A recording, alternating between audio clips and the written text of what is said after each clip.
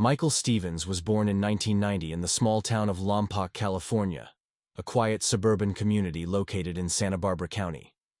His family represented the quintessential middle-class American household. Robert Stevens, a 42-year-old high school mathematics teacher at Lompoc High School, and Elizabeth Stevens, a 39-year-old registered nurse at Lompoc Valley Medical Center. From the outside, the Stevens family appeared stable and unremarkable. Early psychological evaluations and family records would later reveal that Michael demonstrated significant antisocial behavioral patterns from a very young age.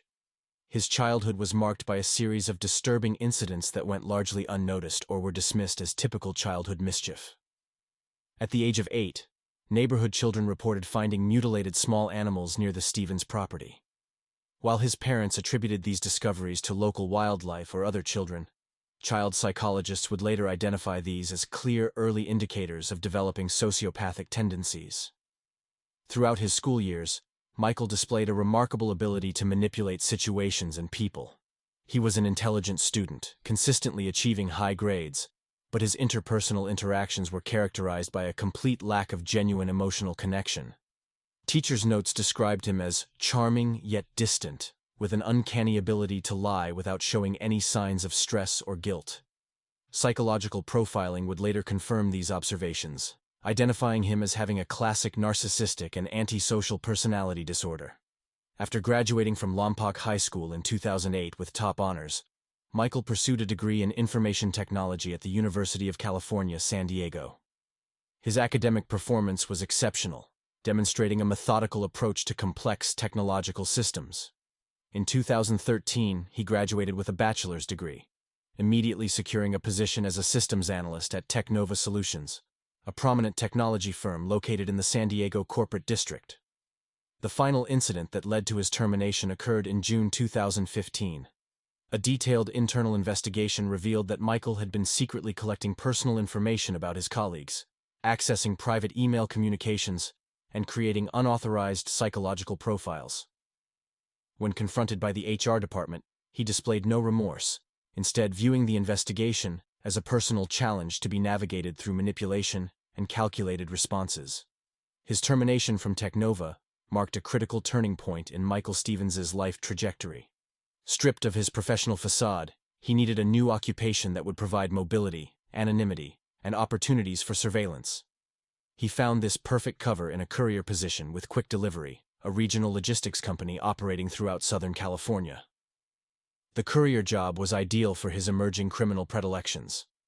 It provided him unlimited mobility, access to diverse neighborhoods, and a legitimate reason to be present in various locations without arousing suspicion. His technological background allowed him to optimize routes, track movements, and develop sophisticated methods of observation that went far beyond the typical job requirements. Over the next 2 years, Michael Stevens would transform from a dismissed technology professional into a calculated predator.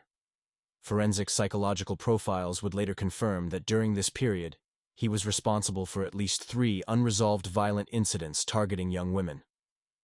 His methodology was precise: systematic observation, meticulous planning, and execution with cold, calculated efficiency. No one, not even his own family, suspected the darkness brewing beneath Michael Stevens' carefully constructed exterior. Laura Holmes represented a unique profile in the landscape of victim and survivor advocacy. Born on March 12, 1998 in Santa Barbara, California, she was the daughter of Detective Jack Holmes and the late Margaret Holmes, who had passed away from breast cancer when Laura was 12 years old. Her early life experiences of loss and resilience would shape her professional trajectory and commitment to supporting victims of violent crimes. A 2020 graduate of the University of California, Los Angeles, UCLA, Laura specialized in criminal psychology with a minor in social work. Throughout her university years, she actively participated in research projects focused on victim rehabilitation and criminal psychology, consistently demonstrating an extraordinary empathy and analytical approach. Following her graduation, Laura began working at the Santa Monica Trauma Recovery Center, a non-profit organization dedicated to providing comprehensive support for victims of sexual assault and domestic violence. On September 15, 2020, Laura's routine was meticulously consistent. She worked the night shift at the crisis center, which typically ran from 10 p.m. to 6 a.m. Her shift involved handling emergency hotline calls, providing immediate psychological support, and coordinating emergency interventions for individuals in critical situations. This particular night seemed unremarkable, a typical Wednesday evening in the late summer of Southern California. Michael Stevens had been systematically stalking Laura for approximately 6 weeks prior to the abduction. Using his professional technological skills and courier job as a cover, he had developed a comprehensive understanding of her daily patterns. The Santa Monica Place shopping center parking structure was strategically chosen for the abduction. Located at 395 Santa Monica Place, this multi-level parking facility provided numerous blind spots and opportunities for concealment. The area's complex layout, combined with late-night reduced traffic, created an ideal environment for a calculated criminal intervention. At approximately 6:23 a.m., as Laura was walking to her silver 2018 Toyota Corolla after completing her night shift, Stevens executed his meticulously planned abduction. He utilized a combination of sophisticated techniques: a fast-acting sedative, later identified as a modified version of ketamine, a modified sound suppressor to prevent any potential screams, and a rental cargo van that blended seamlessly into the early morning industrial traffic. The abduction itself was clinically precise. Surveillance camera footage would later reveal minimal struggle, testament to Stevens' calculated approach and Laura's rapid incapacitation. The predetermined holding location was an abandoned warehouse complex in El Segundo, a small industrial city located approximately 30 miles southwest of downtown Los Angeles. This specific location was chosen for its isolation, minimal foot traffic, and proximity to major transportation routes. The warehouse, previously used for automotive parts storage and abandoned since 2015, provided an ideal, secluded environment for criminal activities. Forensic analysis would later reveal that Stevens had prepared this location weeks in advance. The warehouse was equipped with soundproofing materials, restraint mechanisms, and a comprehensive surveillance setup that allowed him to monitor his victim while maintaining complete external isolation. Laura Holmes had unknowingly become another calculated target in Michael Stevens' emerging pattern of predatory behavior. Her professional dedication to understanding and preventing criminal trauma would now become the backdrop of her own horrific experience, a cruel irony that would later be explored in extensive psychological investigations. The abduction marked the beginning of a nightmare. Jack Holmes was no ordinary detective. At 47, he represented the pinnacle of law enforcement professionalism, a senior investigator in the Serious Crimes Division with an impeccable 20-year career. A widower who had single-handedly raised his daughter Laura after losing his wife to cancer a decade earlier, Holmes embodied resilience and unwavering dedication. The moment Laura went missing, Holmes transformed from a seasoned investigator into a relentless hunter. His professional network became his most potent weapon. Within hours of her disappearance, he assembled an unofficial task force, leveraging contacts from forensic departments, cybercrime units, and missing persons divisions across 3 counties.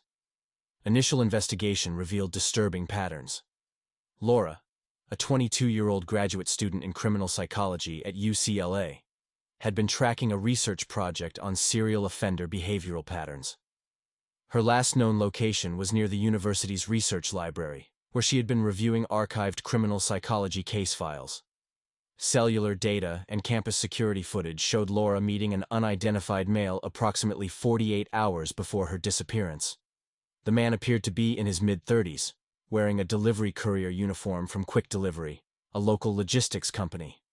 Surveillance cameras captured minimal interaction, but body language suggested a professional conversation. Holmes meticulously reconstructed his daughter's final days. Her research laptop, forensically analyzed, contained encrypted files documenting her academic work. Intriguingly, several digital folders were password-protected, hinting at sensitive information that might have provoked her kidnapping. University colleagues revealed that Laura had recently presented a controversial research paper challenging existing criminal profiling methodologies.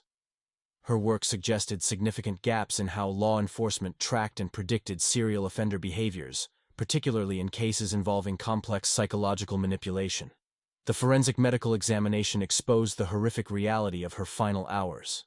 Laura had endured systematic, calculated torture designed to maximize psychological and physical suffering. The examination suggested the perpetrator possessed advanced knowledge of human physiology and psychological breaking points, characteristics typically associated with professionals in medical, psychological, or law enforcement fields. Crime scene analysis was meticulously conducted. The abandoned warehouse where her body was discovered showed no spontaneous characteristics. Every detail was precisely arranged, from the positioning of her remains to the strategic placement of potential forensic misdirections. This wasn't a crime of passion, but a surgically executed elimination. Holmes's investigation expanded beyond official channels. He cross-referenced Laura's academic research, her personal communications, and her professional network. University records, social media interactions, and academic correspondence became critical pieces of a complex puzzle. Preliminary forensic reports indicated multiple layers of sophisticated evidence manipulation. Trace DNA samples were deliberately contaminated. Fingerprints appeared selectively wiped. The crime scene suggested a perpetrator with extensive knowledge of forensic investigation techniques, someone who understood precisely how to obscure investigative trails. The psychological profile emerging from the investigation was chilling. The killer demonstrated advanced understanding of forensic science, calculated emotional detachment, sophisticated method of victim selection, and elimination. His personal and professional worlds had violently collided. 20 years of law enforcement experience now merged with a father's unrelenting rage and grief. Holmes knew the killer had made this personal, and he would ensure that every investigative resource, every professional connection, and every ounce of his determination would be focused on bringing this monster to justice. The investigation was far from over. The capture of Michael Stevens represented the culmination of Detective Jack Holmes's most personal and professional investigation. Every piece of evidence had been meticulously gathered, cross-referenced, and verified with surgical precision. Holmes's investigative approach was methodical and comprehensive. He leveraged his extensive law enforcement network, accessing databases and surveillance systems across multiple jurisdictions. Electronic communications revealed a disturbing pattern of Stevens' systematic criminal activities. Geolocation data from his courier routes created a complex map of potential crime scenes and victim surveillance points. The digital forensics team recovered encrypted communications that painted a chilling portrait. Stevens had used his employment with quick delivery as the perfect cover for his criminal activities. Delivery routes provided strategic mobility, allowing him to move undetected between different geographical areas. Cellular tower data, email logs, and GPS tracking created an intricate web of evidence that left no room for reasonable doubt. Witness statements corroborated the mounting evidence. Former colleagues described Stevens as clinically detached, displaying an unsettling ability to blend into professional environments while maintaining a carefully constructed facade of normalcy. Psychological evaluations conducted during the investigation suggested a sophisticated predator with antisocial personality disorder. On October 3, 2020, a joint task force comprising detectives from the Los Angeles Police Department, Santa Monica Police Department, and specialized cybercrime units executed a meticulously planned arrest operation. The timing was strategic, intercepting Stevens during his regular delivery route in the Santa Monica Industrial District. At precisely 6:45 a.m., unmarked vehicles converged on Stevens's location. Tactical teams positioned themselves with military-like precision, designed to neutralize any potential resistance or escape attempt. The arrest was swift, professional, and left no room for error. Stevens displayed an extraordinary lack of emotional response during the arrest. When questioned, he responded with calculated, minimalistic answers that revealed a profound emotional disconnection. Psychological experts later described his demeanor as a textbook example of a highly controlled, methodical criminal mind. Legal proceedings moved with unprecedented speed. The complexity and brutality of the crimes, combined with the substantial evidence, ensured that the case was fast-tracked through the judicial system. Stevens's court-appointed legal team attempted to argue mental health considerations, but the prosecution's case was insurmountable. The trial was conducted with maximum discretion, minimizing media exposure and protecting the privacy of victims' families.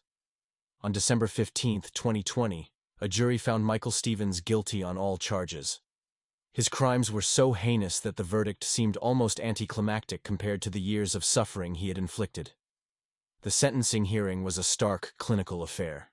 Stevens was sentenced to 25 years in maximum security prison, with no possibility of parole.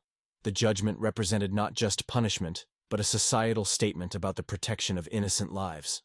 Detective Jack Holmes attended every court proceeding, his presence a silent testament to the personal nature of the investigation.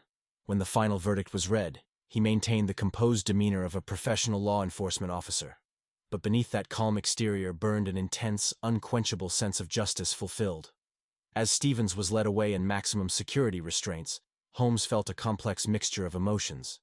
Grief for his lost daughter, satisfaction at capturing a dangerous criminal, and a profound understanding of the thin line between professional duty and personal vendetta. Jack Holmes understood that legal justice was merely the beginning. The formal sentencing of Michael Stevens could never compensate for the brutal murder of his daughter Laura.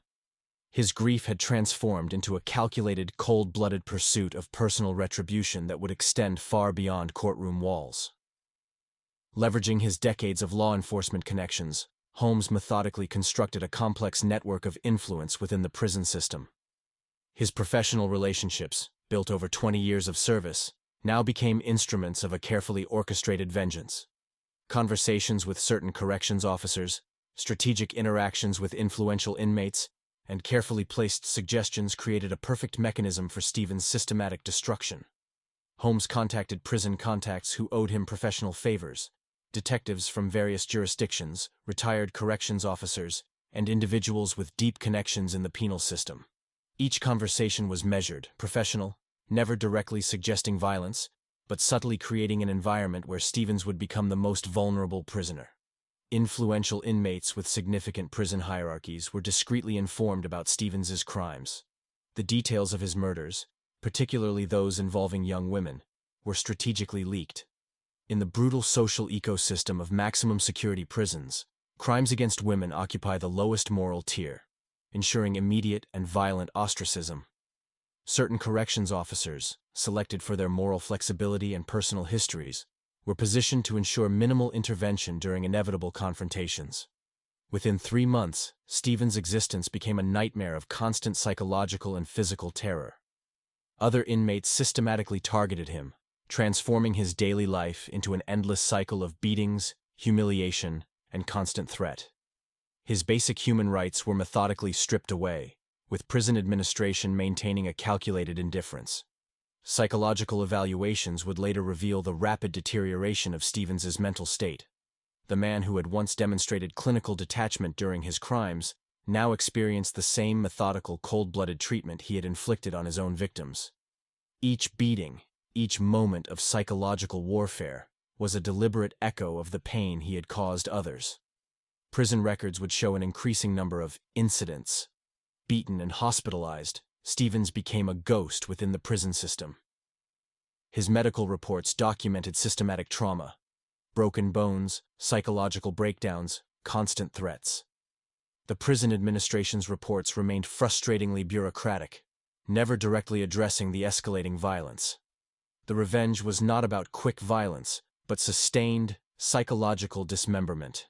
Stevens would live, but as a shell, continuously reminded of the vulnerability he had once exploited in his victims. Every moment became a testament to the consequences of his actions. For Jack Holmes, this was more than personal revenge. It was a form of systemic justice, orchestrated with the same professional methodology he had applied throughout his law enforcement career. He had transformed the very systems he once served into instruments of a deeply personal retribution. 5 months into his imprisonment, Michael Stevens reached the ultimate conclusion of his descent into darkness.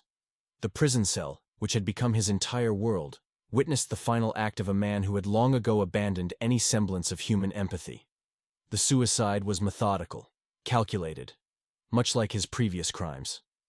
The medical examiner's report would later describe it as a deliberate, premeditated act of self-termination. His suicide note, addressed to investigative authorities, was a chilling testament to his psychological pathology. Each word was carefully chosen, designed to inflict maximum psychological damage even in his moment of final defeat. I know who organized my torment. It was the father of my victim, the police detective Jack Holmes. But I do not regret what I did to his daughter. If given the chance to return, I would repeat everything without hesitation. I feel no remorse. The note sent shockwaves through law enforcement circles. It was more than a confession. It was a provocative challenge to the very system of justice that had imprisoned him. Stevens's lack of human empathy was so complete that even facing death, he remained unrepentant about murdering an innocent young woman. Jack Holmes received a copy of the suicide note through his professional channels. His reaction was notably measured, a controlled, professional response that betrayed no external emotion. Colleagues who observed him noted a subtle change, a final closure that seemed to settle over him like a quiet, invisible mist. Internal investigations were launched, standard procedure for any inmate suicide, particularly one with such inflammatory accusations. But those who knew Holmes understood the deeper implications. The note was Stevens' final attempt to maintain psychological control, to suggest that he remained unbroken even in death. Forensic psychologists who analyzed the note later described it as a classic demonstration of antisocial personality disorder. Stevens exhibited no typical human emotional responses, no fear, no regret, no understanding of the profound damage he had caused. His entire existence had been a calculated performance of human interaction, devoid of genuine emotional connection. For Jack Holmes, the suicide represented a complex emotional resolution. Stevens would never face traditional judicial punishment for the full extent of his crimes. But the systematic destruction Holmes had orchestrated, the psychological and physical breakdown within the prison system, had achieved a form of justice far more profound than any court sentence. The case of Michael Stevens would become a landmark study in criminal psychology. Academic papers would be written, discussions held in law enforcement and psychological circles about the intricate dance of revenge, justice, and human pathology. Holmes retired from active police service shortly after Stevens's death. His colleagues recognized it as the natural conclusion of a career defined by unwavering commitment to justice. The system he had served for over 2 decades had both constrained and enabled his final act of retribution. In the end, Michael Stevens was just another name in a long line of criminals who believed they could escape the consequences of their actions. But Jack Holmes had ensured that this particular story would end on his terms, a final, definitive statement about the consequences of destroying an innocent life.